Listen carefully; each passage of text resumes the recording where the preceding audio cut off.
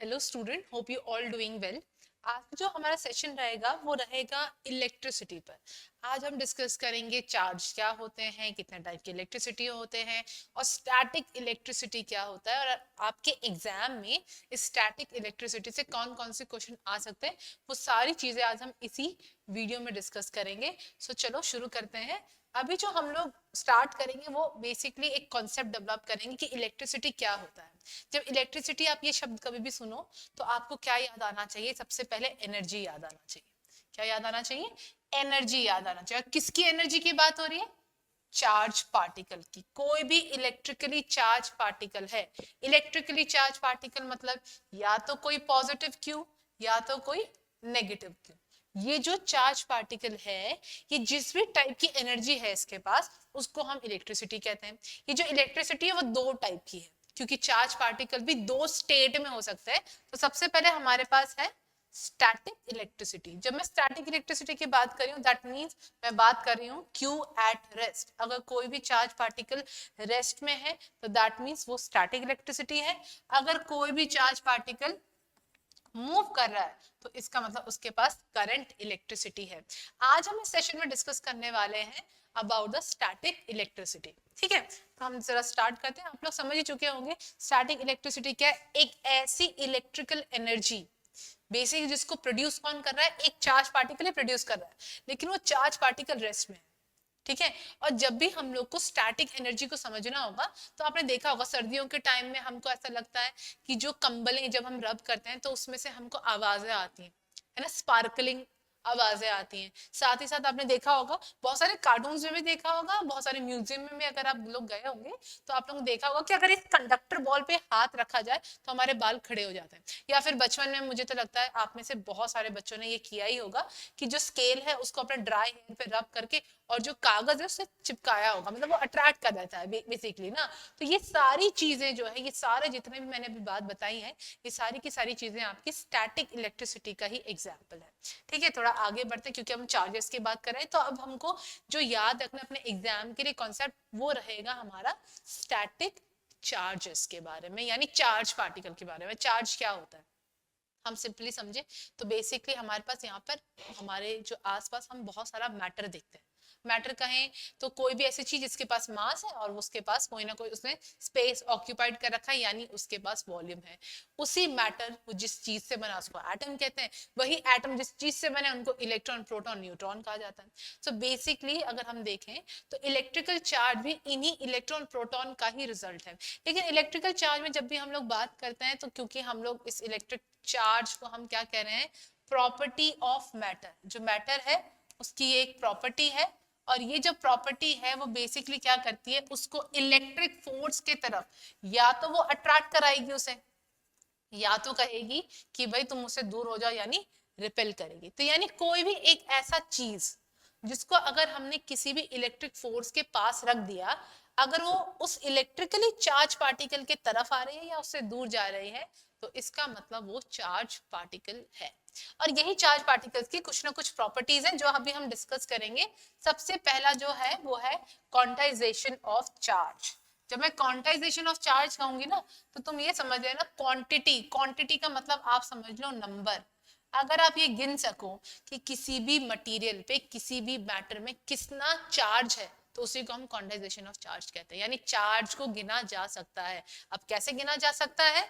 Q equals to N E, और जहां ये E है उसकी जो वैल्यू रहेगी वो आपकी 1.6 इंटू 10⁻⁻19 कुलाम रहेगी। ठीक है, तो यानी मैं बहुत इजीली चार्ज को कैलकुलेट कर सकती हूँ। क्वांटाइजेशन ऑफ चार्ज इतना ही कहता है, बस बोलता है कि भाई हम चार्ज को कैलकुलेट कर सकते हैं। हम जिस वैल्यू में इसको कैलकुलेट करते हैं उसके लिए जो फॉर्मूला है दैट इज n इंटू ई।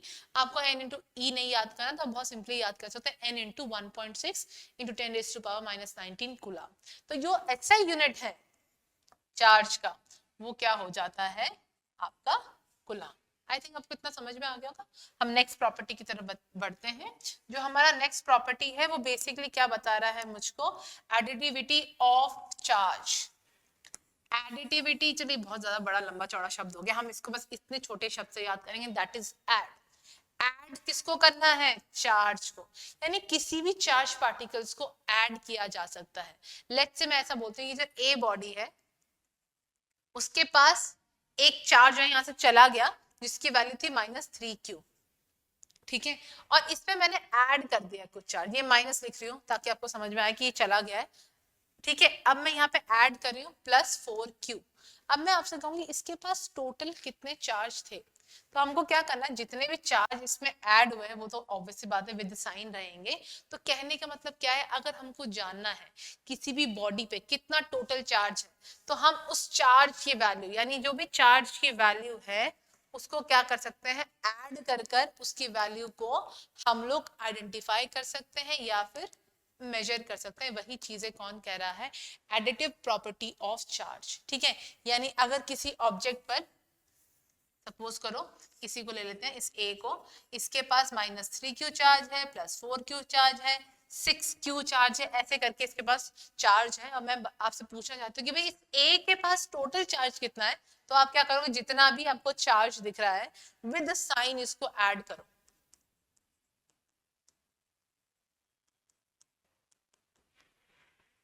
तो अगर देखते हैं माइनस माइनस प्लस यानी 9q +4, आंसर आ जाएगा -5q। यानी इस ए ऑब्जेक्ट पर टोटल चार्ज होगा -5q। इसका मतलब बहुत सिंपल है, चार्ज को ऐड कर सकते हैं। ये कौन सी प्रॉपर्टी है चार्ज की, तो that is additive property of charge. अब हम अपने थर्ड प्रॉपर्टी की तरफ बढ़ते हैं। तो हमारा थर्ड प्रॉपर्टी हमको क्या कहता है, चार्ज इज कंजर्व्ड। कंजर्व मतलब बचा हुआ है, बचा हुआ है मतलब लॉस ही नहीं हुआ, ना लॉस हुआ ना गेन हुआ, उसी को हम कहते हैं कंजर्वेशन ऑफ चार्ज। तो चार्ज अगर कंजर्व है, यानी चार्ज कंजर्व की बात किसकी चल रही है, टोटल वैल्यू, ध्यान रखना किसकी बात हो रही है, टोटल वैल्यू की। जो टोटल वैल्यू है किसी भी चार्ज पार्टिकल की, वो जितनी पहले थी, यानी जितना भी उसकी वैल्यू पहले थी इनिशियल, उतनी ही वैल्यू घूम फिर के हमको कहाँ मिल जाएगी, फाइनल वैल्यू मिल जाएगी, ठीक है। सो ये हमारा हो गया थर्ड प्रॉपर्टी ऑफ चार्ज, कि चार्ज भी कंजर्वेशन लॉ को फॉलो करते हैं। नेक्स्ट आगे बढ़ते हैं। अब हम क्या समझते हैं, जैसे कि जो लाइक चार्जेस हैं वो क्या होंगे, रिपेल, और जो अनलाइक चार्जेस है वो क्या होंगे, अट्रैक्ट। यानी प्लस और प्लस एक दूसरे को रिपेल करते हैं, माइनस माइनस एक दूसरे को रिपेल करते हैं, प्लस माइनस एक दूसरे को अट्रैक्ट करते हैं। ये तो आई थिंक आप में से सबको पता ही होगा कि like charges attract and unlike charges repel, ठीक है। नेक्स्ट बढ़ते हैं अपने इलेक्ट्रिकल फोर्स की तरफ। अब मैं क्या बताई थी, ये चार्ज जो है ना, जिस भी तरीके, चाहे अट्रैक्ट हो चाहे रिपेल हो, ये किसके पास अट्रैक्ट और रिपेल होंगे, इलेक्ट्रिक फोर्स के तरफ। अब ये इलेक्ट्रिक फोर्स किस नेचर का हो सकता है, बेसिकली ये इलेक्ट्रिकल फोर्स हमारा अट्रैक्टिव इन नेचर भी हो सकता है और रिपल्सिव। बेसिकली इसका नेचर समझना है, यानी ये अट्रैक्ट भी करेगा किसी भी चीज को और किसी भी चीज को रिपेल भी कर देगा। पर अट्रैक्ट होने की कंडीशन क्या है, प्लस या माइनस, रिपेल होने की प्लस प्लस या फिर माइनस माइनस। इतनी बात समझो, जिस भी टाइप ऑफ चार्ज, यानी जो स्टैटिक इलेक्ट्रिसिटी है, उस पे जिस भी टाइप का चार्ज पार्टिकल है जो मूव नहीं कर रहा है, उस पे जिस भी टाइप की इलेक्ट्रिक फोर्स लग रही है, उस फोर्स को हम कहते हैं इलेक्ट्रोस्टैटिक फोर्स और कूलम्ब फोर्स, ठीक है। प्रीवियस वीडियो जिनसे बच्चों ने देखा है हमको पता है इलेक्ट्रोस्टैटिक फोर्स एक नॉन कॉन्टैक्ट फोर्स है, यानी अगर इस फोर्स को अप्लाई करना है, इसको टच करने की जरूरत नहीं है। सपोज मुझे ये पेन है, इस पेन को मुझे लिखना है, तो मैं इसको बिना टच किए नहीं लिख सकती, ऑब्वियस सी बात है, तो ये कॉन्टैक्ट फोर्स हो गया। वैसे ही जो भी इलेक्ट्रिकल चार्ज है यहाँ पे, यानी यहाँ पे कोई भी पॉजिटिव, अगर हमारे पास क्या है, पार्टिकल है, पॉजिटिवली चार्ज पार्टिकल, और यहाँ पे मेरे पास नेगेटिवली चार्ज पार्टिकल है, तो ये पॉजिटिव चार्ज हमेशा नेगेटिव की तरफ जाएगा, नेगेटिव चार्ज जो है किसकी तरफ जाएगा, पॉजिटिव की तरफ जाएगा। पर इनके बीच में कोई भी कांटेक्ट नहीं, इनको चिपकाया नहीं गया, ये अपने आप एक दूसरे की तरफ जो है वो क्या हो गए, अट्रैक्ट हो गए, ठीक है।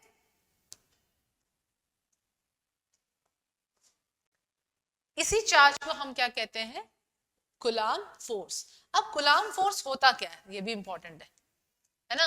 कूलम्ब फोर्स क्या होता है ये भी समझना हमारे लिए बहुत ज्यादा इंपॉर्टेंट है। तो नेचर ऑफ कूलम्ब फोर्स पहले हम देख लेते हैं। पहली बात, इसको यूनिवर्सल फोर्स कहा जाता है। अगर इसको यूनिवर्सल फोर्स कहा जा रहा है, दैट मींस इस पूरे यूनिवर्स में जितने भी चार्ज पार्टिकल है उन सब पर कूलाम फोर्स का जो लॉ है वो अप्लाई होगा। मैं अभी बताऊंगी आपको कि कूलाम फोर्स का जो लॉ है वो क्या है, ठीक है। नेक्स्ट आपको जानना है कि ये एक सेंट्रल फोर्स है, यानी ये जब भी एक्ट करेगा तो किसी भी ऑब्जेक्ट के सेंटर पे यानी सेंटर ऑफ मास पे ही एक्ट करने वाला है। नेक्स्ट कंजर्वेटिव फोर्स है, यानी ये जो फोर्स है इसको किसी भी चीज पर फर्क नहीं पड़ता, चाहे इसके सामने कैसा भी मीडियम हो, सॉलिड हो, लिक्विड हो, गैस हो, इसने तो अपने चार्ज पार्टिकल को या तो अट्रैक्ट करना है या तो रिपेल करना है। नेक्स्ट आगे बढ़ते हैं।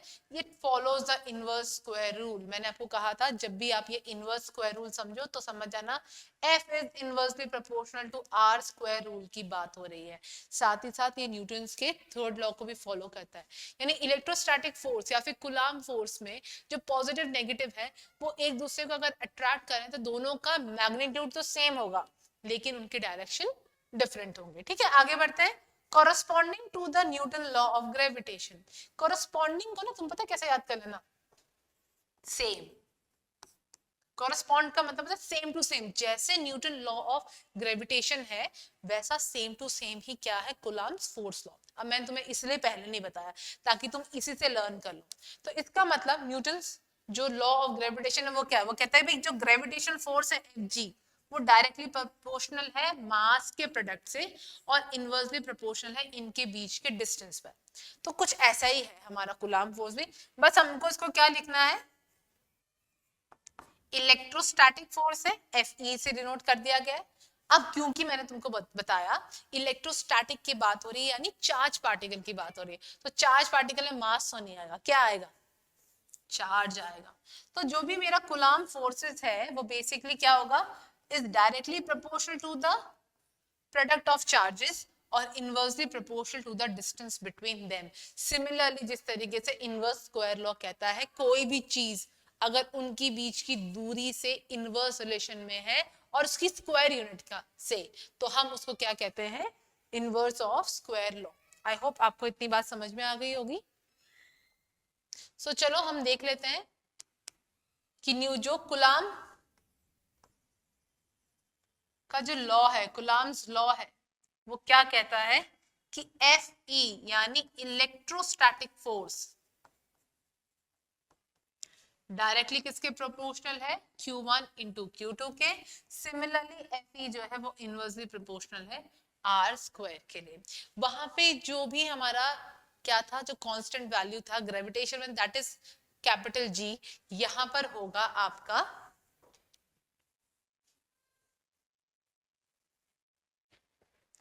F equals to 1 अपॉन में 4 pi epsilon not Q1 into Q2 upon में R स्क्वायर, जिसमें एप्सिलॉन नॉट आपको बताता है इलेक्ट्रिकल परमिटिबिलिटी। वो आप लोगों को इतना ध्यान नहीं देना पर अभी आप समझ लो इसको कि इलेक्ट्रिकल परमिटिबिलिटी क्या होता है। ये एक प्रॉपर्टी होती है किसी भी मटेरियल की कि वो कितना अमाउंट ऑफ इलेक्ट्रिकल फोर्स को अपने से पास करने देगा कि नहीं देगा, ठीक है। अब जरा हम देख लेते हैं कि किस तरीके से स्टैटिक चार्जेस यानी स्टैटिक इलेक्ट्रिसिटी से यूज करके हम किसी भी पार्टिकल को चार्ज कर सकते हैं, ठीक है। सो हमारे पास तीन मेथड है, ठीक है। तो फर्स्ट है फ्रिक्शन, सेकंड है कंडक्शन, थर्ड है इंडक्शन, ठीक है। अब एक चीज समझना, मैं यहाँ पे तुमको एक कोड दूंगी, वर्ड दूंगी, जिससे तुमको तुरंत याद हो जाएगा कि क्या मतलब है, मतलब कौन से मेथड का क्या मतलब है, किस तरीके से हम इसको चार्ज कर सकते हैं। तो आपका जो फर्स्ट आपके लिए टर्म होगा फ्रिक्शन, इसको आप याद रखोगे रबिंग से। नेक्स्ट कंडक्शन, सी से कंडक्शन, सी से कॉन्टैक्ट, कॉन्टैक्ट का मतलब टच, ज्यादा शब्द याद नहीं करेंगे। इंडक्शन मतलब not in contact, non contact यानी टच नहीं है, नॉन कॉन्टैक्ट। चलो अब हमने इतने शब्द याद कर लिए, इन्हीं शब्दों से हम अपने जो भी मेथड है उनका मतलब भी समझ लेते हैं। तो सबसे पहले हम किसकी बात कर रहे हैं, फ्रिक्शन की। तो अगर मुझे किसी भी पार्टिकल को चार्ज करना है और अगर मुझे फ्रिक्शन मेथड को यूज करना है तो मुझे उसको रब करना पड़ेगा, जैसे हम स्केल को रब करते हैं अपने ड्राई हेयर पे। और फिर हम क्या देखते हैं, कुछ देर रब करने से जो पेपर है, छोटे छोटे पेपर के जो हमने टुकड़े किए हैं, पीसेस के, वो तुरंत उससे अट्रैक्ट हो जाते हैं। यानी वो जो मेथड है जिससे हमने स्केल को चार्ज किया, that is friction. Rubbing method, कहीं पे भी रबिंग हो रहा होगा समझ जाना। आपने देखा होगा ठंडियों के टाइम में अगर हमारे जो वुलन क्लोथ्स है वो अगर एक दूसरे टकरा जाए तो हमको वहां पे क्या होते हैं, एक साउंड प्रोड्यूस होता है, ऐसा लगता है चार्ज है ना। नेक्स्ट अगर हम बात करते हैं कंडक्शन की, तो यहाँ पे आपको टच से याद करना है, यानी किसी भी चीज को चार्ज करना पड़े और टच करके चार्ज करना पड़े, दैट मीन्स कंडक्शन। ठीक है, अगर बिना टच के कोई भी चीज चार्ज हो जाए तो उसको हम कहेंगे इंडक्शन। सिंपल से ये हमने मतलब जान लिया। अब डायग्राम्स के थ्रू हम लोग ये समझेंगे कि होता क्या है एक्चुअली। देखो जैसे मैंने कहा, किसी भी चीज को हम चार्ज कर रहे हैं, नहीं चार्ज कर रहे हैं, वो सारी की सारी चीजें जो है वो हमारे मैटर का पार्ट है। और हमारा जो मैटर है वो बेसिकली इलेक्ट्रॉन, प्रोटॉन, न्यूट्रॉन से मिलकर बना है। अगर मैं बात करती हूँ अपने इलेक्ट्रॉन की, तो इलेक्ट्रॉन ज्यादा नेगेटिवली चार्ज पार्टिकल्स सबसे दूर रहते हैं, इनको इजीली चेंज करना इजी है। तो यानी जो भी कुछ हम लोग देख रहे हैं स्टैटिक इलेक्ट्रिसिटी के फॉर्म में, ये सारे के सारे इलेक्ट्रॉन्स हैं। हम क्या करते हैं, जैसे मैंने अभी आपको बताया, जो चार्ज पार्टिकल होते हैं वो बेसिकली दो टाइप के होते हैं। जैसे आप देख रहे होंगे यहाँ पे, या तो कोई चार्ज पार्टिकल नेगेटिव होगा, जैसे ये बलून है, या तो वो पॉजिटिव होगा। अब मैंने आपको बताया कि भाई न्यूक्लियस का तो कोई काम ही नहीं है, इलेक्ट्रिसिटी में न्यूक्लियस का कोई काम ही नहीं है। ये सारा जो काम है, ये जो सारी प्रॉपर्टी है, वो बेसिकली किसकी है, इलेक्ट्रॉन्स की। तो अब क्या होता है, देखो कोई भी चीज जो है उसके पास टोटल नंबर ऑफ इलेक्ट्रॉन्स और टोटल नंबर ऑफ प्रोटॉन्स हमेशा बराबर होते हैं। लेट्स से ये हमारा ए एक ऑब्जेक्ट है, इसके पास 5 इलेक्ट्रॉन है और इसके पास 5 ही प्रोटॉन है। अब प्रोटॉन तो अपनी जगह से हिलने से रहा। अगर मैं सपोज करो क्या कर देती हूँ कि जो ए ऑब्जेक्ट है इसमें से एक इलेक्ट्रॉन रिमूव कर देती हूँ, तो अब इलेक्ट्रॉन कितने हो गए, 4, और प्रोटॉन कितने हो गए, 5। यानी ऑटोमेटिकली जो इसमें चार्ज बन जाएगा वो पॉजिटिव बन जाएगा, क्योंकि इलेक्ट्रॉन लूज हो गया। तो सिंपली अगर हम देखें, जब भी हम चार्ज पार्टिकल की बात करते हैं, हम कहते हैं भाई ये पॉजिटिव चार्ज मटेरियल है और ये negatively charge material, that means एक में से इलेक्ट्रॉन चला गया। जब इलेक्ट्रॉन चला जाएगा तो नेगेटिव चार्ज कम हो जाएंगे तो वो पॉजिटिव बन जाएगा, और जब इलेक्ट्रॉन कहीं पर आ जाएगा तो इसका मतलब है कि उसके पास क्या आ जाएगा, इलेक्ट्रॉन, यानी नेगेटिव चार्ज आ जाएगा। तो इसका मतलब नेगेटिव चार्ज पार्टिकल के पास इलेक्ट्रॉन है ज्यादा और पॉजिटिव चार्ज पार्टिकल के पास इलेक्ट्रॉन है कम। बस इतनी सी बात है, इन्हीं चीजों को हमको समझना है। इन्हीं पॉजिटिव चार्ज में चेंजेस जो हम करते हैं थोड़े टाइम पीरियड में, तुम देखना जो पेपर को हमने रब किया है ना, वो ज्यादा टाइम पीरियड के चिपके नहीं रहते, कुछ देर बाद वो हट जाते हैं। तो इसका मतलब जो स्टैटिक इलेक्ट्रिसिटी है वो एक बहुत शॉर्ट पीरियड के लिए ही एक्ट करता है, पर हमको इलेक्ट्रिसिटी का कॉन्सेप्ट समझने के लिए ये हमें हेल्प करते हैं, चार्ज पार्टिकल को समझने के लिए हेल्प करते हैं, और आपके एग्जाम के लिए भी चार्ज पार्टिकल की प्रॉपर्टी थोड़ी सी इंपॉर्टेंट बन जाती है। साथ ही साथ जो डिफरेंट डिफरेंट मेथड है उनको किस हम लोग अलग अलग तरीके से, मतलब किस में कैसा चार्ज होगा। सपोज अगर मैंने किसी पार्टिकल को फ्रिक्शन के थ्रू चार्ज किया है तो पॉजिटिव कौन बन जाएगा, नेगेटिव कौन बन जाएगा, इस टाइप के क्वेश्चन आते हैं, उन्हीं पे हमको फोकस करना है। सो हम लोग शुरू करते हैं। देखो अगर मैंने ये देखो अनचार्ज रॉड है और यहाँ पर जो है अनचार्ज क्लॉथ है, ठीक है, तो दोनों ही अनचार्ज है। रब करने की वजह से क्या हुआ, एक ने इलेक्ट्रॉन गेन किया और एक ने इलेक्ट्रॉन को लूज कर दिया। तो जिसने इलेक्ट्रॉन को लूज कर दिया वो बन गया पॉजिटिवली चार्ज पार्टिकल, जैसे ये रॉड बन गया, और जिसने इलेक्ट्रॉन को गेन कर लिया छोटे टाइम पीरियड के लिए वो बन गया नेगेटिवली चार्ज पार्टिकल। अब बस क्या हो जाएगा, अब क्या हो जाएगा, जो नेगेटिवली चार्ज पार्टिकल है उसको तुम पॉजिटिव चार्ज पार्टिकल के पास लेके जाओगे तो ऑटोमेटिकली वो क्या करने लग जाएगा, अट्रैक्ट करने लग जाएगा। ठीक है, नेक्स्ट हम आते हैं अपने कंडक्शन पे। कंडक्शन को मैंने तुम्हें कैसे बताया था कि भाई टच करना पड़ेगा। अगर कोई भी चार्ज पार्टिकल ने किसी दूसरे चार्ज पार्टिकल को टच कर दिया, उस पे जो भी चार्ज, उस पे जिस भी तरीके की एनर्जी आई वो स्टैटिक इलेक्ट्रिसिटी है, और जिस मेथड से वो energy I that is conduction. अगर मैं आपको, इससे मैं आपने देखा होगा शुरू में मैंने आपको ये इमेज दिखाया होगा इस बच्चे की। अगर सपोज करो आपसे पूछा जाए कि ये बच्चे के जो बाल खड़े हो गए वो किस टाइप की इलेक्ट्रिसिटी है, स्टैटिक इलेक्ट्रिसिटी है, सिंपल सी बात है। और एक बच्चे ने देखो इस कंडक्टर को टच किया है, टच करने के बाद ही उसके बाल खड़े, अगर टच ना करे तो उसके बाल जो है वो खड़े भी नहीं होंगे। तो दैट मीन्स ये जो बच्चा है इसके जो हेयर है जो चार्ज हुए हैं वो किस मेथड से हुए, देखो रब नहीं किया उसने, सिर्फ टच किया है, इसका मतलब इसके बाल खड़े हो गए हैं by the method of conduction. ठीक है, तो उसी तरीके से अगर आप देखते हो तो जब भी हम किसी भी मटेरियल को टच करते हैं, एक चार्ज पार्टिकल दूसरे न्यूट्रल या कोई भी चार्ज पार्टिकल को टच करता है तो बेसिकली उसके पास भी उसी टाइप का चार्ज आ जाता है। तो यानी कंडक्शन में हमको ये बातें समझने की जरूरत है कि अगर किसी भी ऑब्जेक्ट को कंडक्शन मेथड से चार्ज किया जाएगा तो जैसे मटेरियल से टच होगा वैसा ही वो मटेरियल भी बन जाएगा। जैसे बी है, बी यहाँ पर एक पॉजिटिवली चार्ज पार्टिकल है, उसने एक न्यूट्रल ऑब्जेक्ट को टच किया, उसके पास सारे के सारे जो थे इलेक्ट्रॉन नहीं गए हैं, ध्यान रखना एक पॉजिटिवली चार्ज पार्टिकल अपने तरफ इलेक्ट्रॉन को अट्रैक्ट करता है।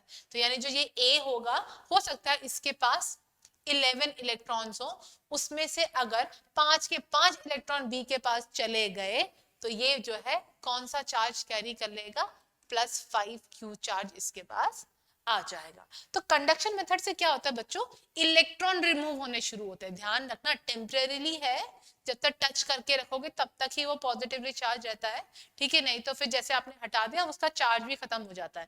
तो आप ये समझो, लेकिन इंपॉर्टेंट क्या है एग्जाम के लिए कि कंडक्शन मेथड से अगर हमने किसी भी चीज को चार्ज किया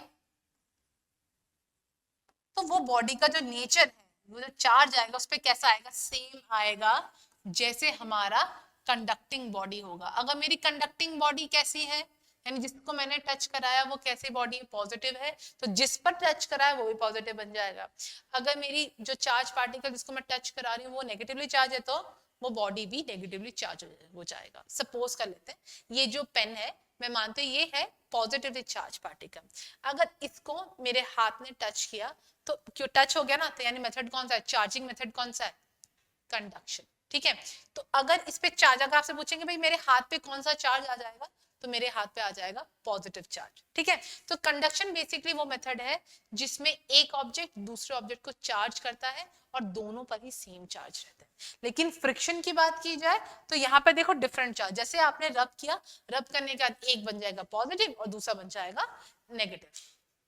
आगे बढ़ते हैं, इंडक्शन कैसे याद कराया था, नो कांटेक्ट, बिल्कुल नहीं छूना है। जब छुएंगे नहीं तो क्या होगा, बेसिकली अभी आप देखो कि सपोज जैसे ये पार्टिकल है, ये पॉजिटिवली चार्ज है, मैं इसी बी का डायग्राम बना रही हूँ, ये जो पार्टिकल है बी ये पॉजिटिवली चार्ज है, लेकिन जिसके पास गया वो तो न्यूट्रल चार्ज है, यानी इसके पास नेगेटिव चार्ज भी होंगे और इसके पास पॉजिटिव चार्ज भी होंगे। मैंने इसलिए बराबर बनाया सो दैट आप इजीली जो है वो समझ सको। अब जैसे ही इस बी को थोड़े दूर रखा जाएगा इस ए से, तो होगा क्या, एक टेम्परेरी जो नेगेटिवली चार्ज पार्टिकल है वो किस एंड में आ जाएंगे, जिस तरफ पॉजिटिवली चार्ज पार्टिकल है। यानी ये जो ए होगा वो अपने इलेक्ट्रॉन को ऐसे अरेंज कर लेगा कि जो उसके नेगेटिवली चार्ज पार्टिकल्स हैं वो बी के पास, जहां पे उसका पॉजिटिव एंड है, लेट्स से इसको हम मान लेते हैं ई पॉइंट, वो ई पॉइंट में आके जो है वहां पे ज्वाइन हो जाएंगे, और जो इसका अदर एंड है इसको मान लेते हैं, लेट्स से एफ मान लेते हैं, इसको मान लेते हैं जी, और जी पे जो है वो सारे के सारे पॉजिटिवली चार्ज पार्टिकल जो है वो इकट्ठे हो जाएंगे। जैसे ही आपने इसको अर्थ किया तो क्या होगा, ये चले गए, अब इस पूरे पर जो है ये जो ए मटेरियल है वो क्या बन गया, नेगेटिवली चार्ज। तो इस तरीके से हम इंडक्शन मेथड को यूज कर किसी भी ऑब्जेक्ट को चार्ज कर सकते हैं, ये तो आप समझ गए। लेकिन अब आपको क्या समझना है एग्जाम के लिए कि जब इंडक्शन मेथड को यूज किया जाएगा तो जो भी बॉडी चार्ज हो गई उस पे क्या नेचर होगा, तो opposite to the charging body, जो भी बॉडी उसको चार्ज कर रही है उससे उल्टा चार्ज जो है इस ए ऑब्जेक्ट के पास जो है वो क्या हो जाएगा, डेवलप हो जाएगा।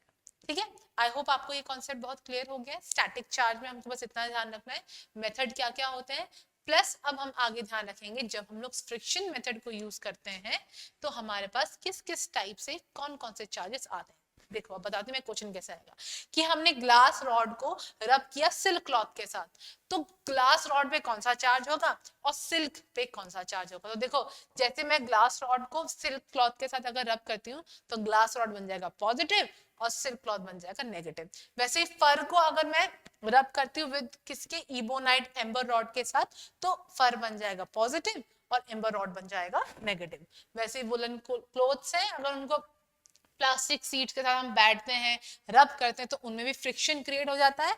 जो मेरा वुलन कोट है वो बन जाएगा नेगेटिवली चार्ज, और जो मेरा प्लास्टिक सीट है वो बन जाएगा positively charge. Woollen carpet, dry hair, दोनों के दोनों क्या बन जाएंगे, पॉजिटिवली चार्ज, और जो मेरा रबर शूज है और मेरे कोम है वो बन जाएंगे नेगेटिवली चार्ज। अब आपको बताती हूँ बहुत सिंपल ट्रिक, ताकि आप इन सारी चीजों को इजीली लर्न कर सको।